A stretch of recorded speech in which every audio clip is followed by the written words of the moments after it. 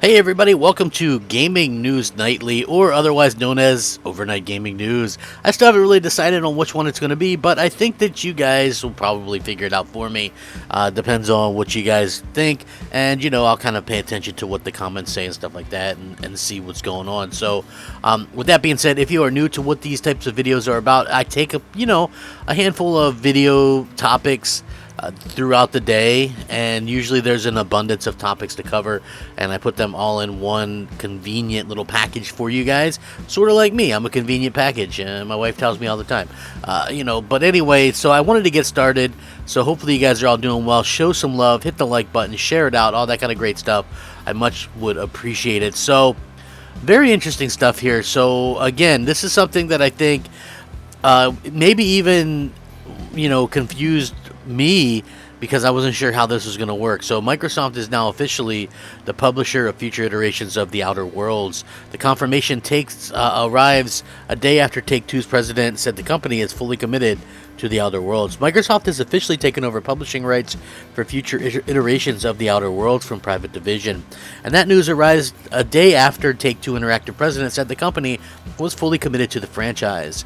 During Take-Two Interactive's Q4 2021 earnings call, CEO confirmed that The Outer Worlds had sold more than 3 million units since it was released in October of 2019.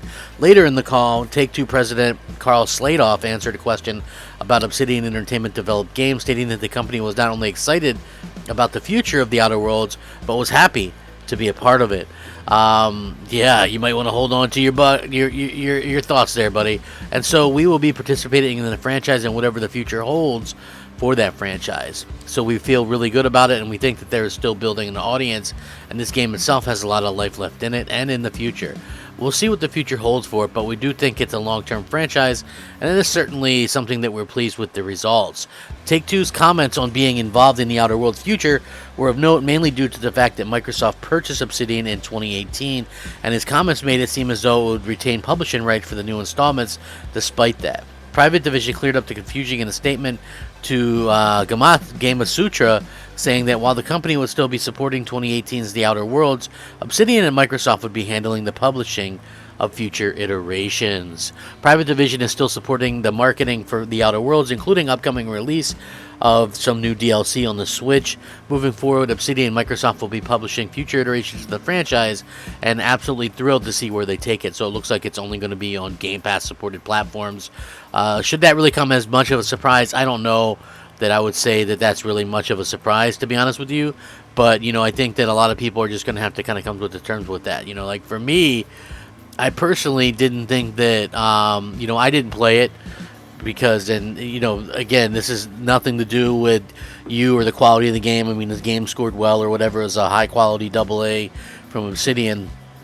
The reason why I didn't play it was for the simple fact that I'm not a Fallout fan, and supposedly this plays a lot like Fallout and things like that. So yeah, that kind of turned me off from that sort of aspect, and I wasn't really interested in it. So I didn't play it, but I'm sure there's lots of fans out there. I mean, if 3 million people bought it, I do think that obviously just releasing this on Xbox and PC, you alienate over half the base that bought the first game, because this game sold, I believe, 1.5 million or so, or close to that on PlayStation 4. So you do eliminate that, but hopefully maybe the series can get better and pick up some steam going forward. So we'll have to see how that works out. Now, there's this other thing that I wanted to talk about, which is, man, the PlayStation 5 really does load games incredibly fast, right? There is a little bit of a caveat that for it to load games incredibly fast, it has to load games that were actually built for it, enhanced for it, right? So what I mean by that is, and I got in an argument with people on Twitter over the last couple of weeks, where people think because like Mass Effect Legendary Editions, for instance, loaded faster on Xbox Series X than PS5. That game has no PS5 version. It's not optimized for PS5. It's really optimized for PS4 Pro. Hence why I got it on the Xbox Series X, because it's easier to just patch and have things run better, like without a frame rate and things like that, than it is on the PlayStation 5. So that's why I bought that game on Xbox. Now, When it comes to stuff like this, like Terminator Resistance, they're really showcasing the technology involved in a game that takes an incredibly long time to load on the PS4 and PS4 Pro. So Terminator Resistance is out, Enhanced is out as a free upgrade for the PlayStation 5. Now, while the visual upgrade is not that significant, the load times are eye-opening. Reef Entertainment might have failed with the initial launch of Terminator Resistance on the last generation of consoles, but they have improved the game a lot since then with post-launch updates. The PS5 updated version is available free of cost to original owners and offers plenty of improvements from visuals to quality of life, but perhaps the biggest one is the load times. As seen in this comparison, I'm going to link this article in the description when it has a video. The load times are just 2 seconds long on the PlayStation 5, while they take as much as a whole minute on the PlayStation 4. This is a massive difference if we consider the visuals and performance don't show such a huge leap from PS4 to PS5. While the PS4 versions run at 900p, the PS4 version supports 1620. The difference in resolution is that obvious from the trailer, but there are improvements to texture quality as well as the jaggies are non-existent on the PlayStation 5, which is important for a game that is heavily set during the nighttime with various lighting conditions. Other visual improvements include better shadows, parallax occlusion, mapping, and better reflections. The performance difference is not that huge since both run at 60 FPS, while the PS5 holds it stable compared to the PS4. Obviously, the PS5 is doing incredibly well. And when you see stuff like this was a game that I thought was ironic because we didn't actually see a PlayStation 4, or excuse me, an Xbox Series X version. And I just thought that was a little bit odd, a little bit awkward to say the least, because at the end of the day, what would be the point of not having, an Xbox version unless it has something to do with this situation where, the Xbox maybe had some kind of issues, or maybe it didn't sell well enough to warrant it. I don't know, but I'm going to link this as well. Incredible stuff to see. I'm sure you guys are probably going to want to check this out for yourself, but what do you guys think about that? It goes from over a minute to load, to 2 seconds. That to me is incredible. It's really incredible, and we're only at the tip of the iceberg seeing what these things can do. So yeah, very, very interesting stuff.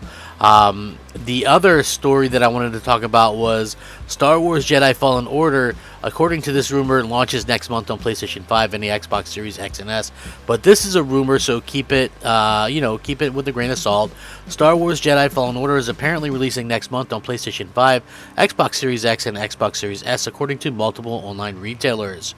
Multiple Brazilian retailers, as reported by Xbox Era, have listed the game with the June 26th release date, which does coincide with the summer release window confirmed by EA a few weeks back.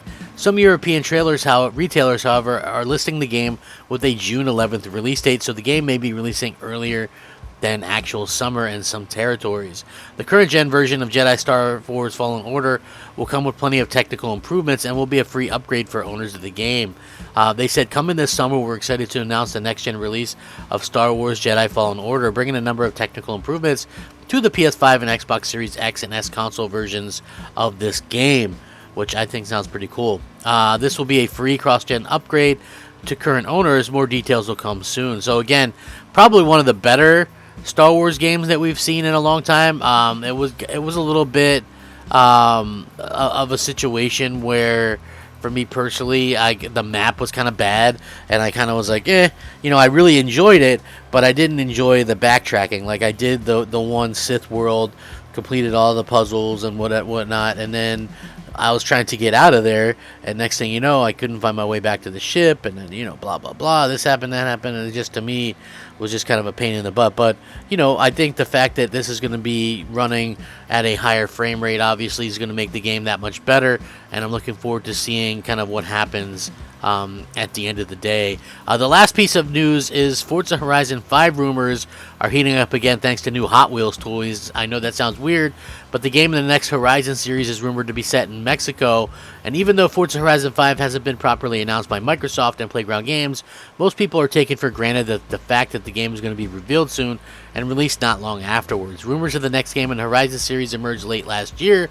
and have refused to let up since then, and an interesting new development leads further credence. As spotted by Hot Wheels on Instagram, Hot Wheels is gearing up to release a new series of Forza Horizon branded toys this September. It's interesting in and of itself, but the art of the package shows these ties to a desert-like environment in the background, which falls in line with the rumors of Forza Horizon 5 going to be set in Mexico. So most are assuming that we're going to get some kind of E3 announcement to Forza Horizon 5 there, which makes a lot of sense. Or this could just be cool toys, which I love Hot Wheels stuff anyway, so I thought this was a cool thing to talk about. Anyway, what do you guys think? Are you guys wanting to see Forza Horizon 5 announced at E3? Let me know. Sound off, rate, comment, subscribe. Thanks for watching. Rack 'em up. Crapgamer out.